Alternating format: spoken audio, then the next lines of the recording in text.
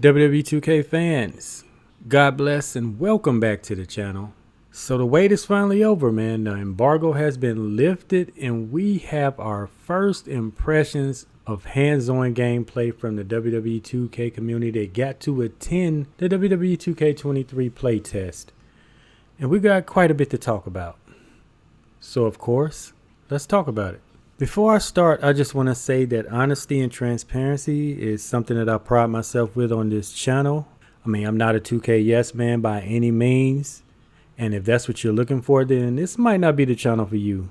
I mean, I give flowers when they're deserved and criticism when I feel like it's justified. So with that being said, I'm just going to shoot from the hip and tell you guys exactly how I feel about what I've seen so far.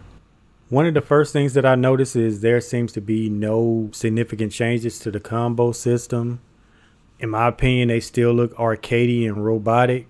For those of you that follow the channel know that I'm not very fond of the combo system at all. But on a positive note, I didn't see everybody doing that spin kick breaker attack that was extremely prevalent in WWE 2K22, so that's something. The block and dodge mechanic also does not appear to have gone through any changes whatsoever.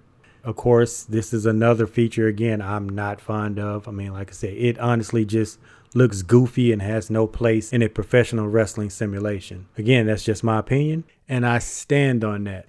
It is what it is.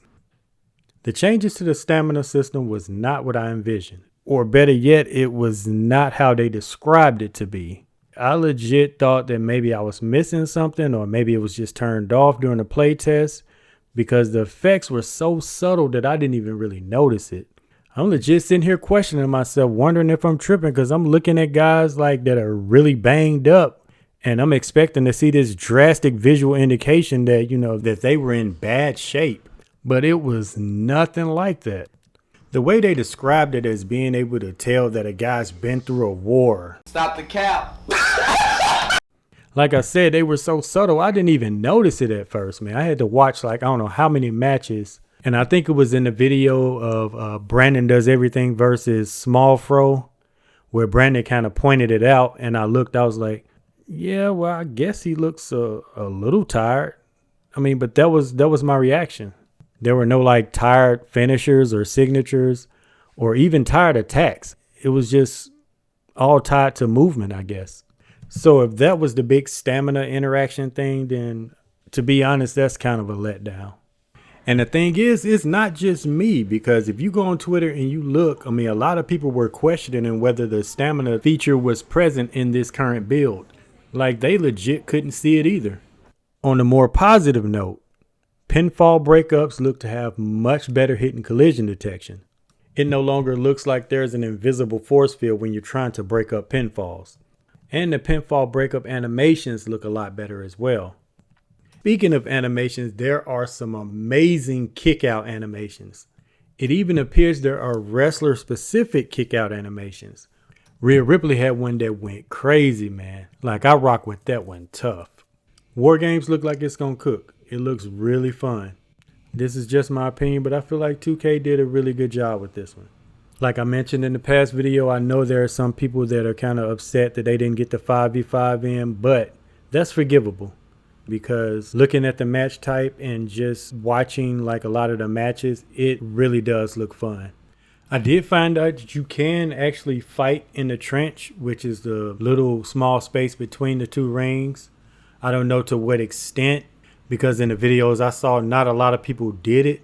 So I don't know if you can set up tables in between there or something, or they have like any kind of special maneuvers that you can pull off while you're in said trench. Hopefully that's something that we will discover in the near future. Another cool thing that I saw is that you actually can springboard from one ring to the other. That looked crazy, man. It actually looks really good. In the videos I saw, it was more so like a double jump, like drop kick. I didn't see any other moves, so I don't know if you'll be able to do anything else. But just know that that one thing did look pretty amazing.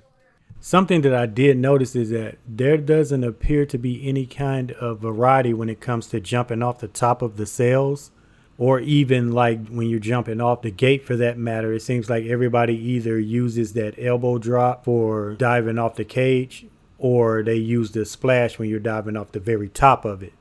I was hoping that maybe we would be able to perform diving signatures and finishers from off the top of the cage, but that doesn't appear to be the case. But again, to reiterate, even with that being said, man, it still looked like it's going to be a pretty fun match type. After seeing it in action, man, the new pinfall meter seems like it's pretty decent. Personally, I probably would still go with the button mashing one, but I mean, I think it's just cool to have a bunch of different options anyway, like especially in terms of accessibility. And just to clarify, while it is new to the pinning mechanic, the minigame itself is not new. I mean, it's basically the same minigame that they took from the I Quit match. The weapon taunt mechanic looks pretty nice. They have a variety of different taunts. I don't remember seeing any character specific taunts, so I don't even know if those are a thing. The only weapon taunts I saw involved kendo sticks and chairs.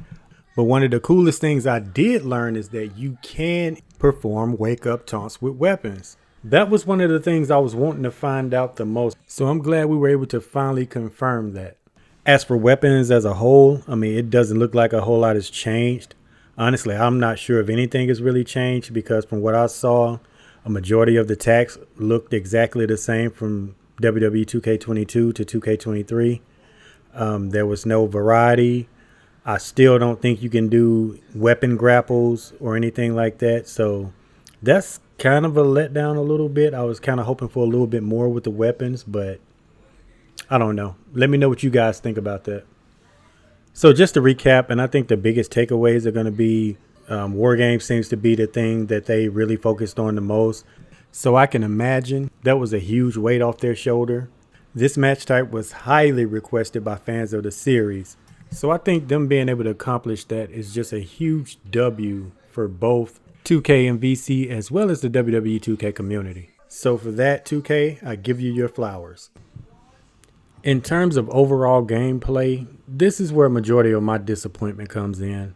Outside of the stamina mechanic and the new optional pin meter, no other significant changes to gameplay has been made. There are so many base level elements of professional wrestling that are missing from this series, and ultimately that's what makes the game just feel like a shell of a professional wrestling game. Fundamental improvements such as chain wrestling, better submission mechanics. Just think about it, we got like 3 different pin options, but we don't have any improvements to the submission gameplay. Strike battles, a 5 count.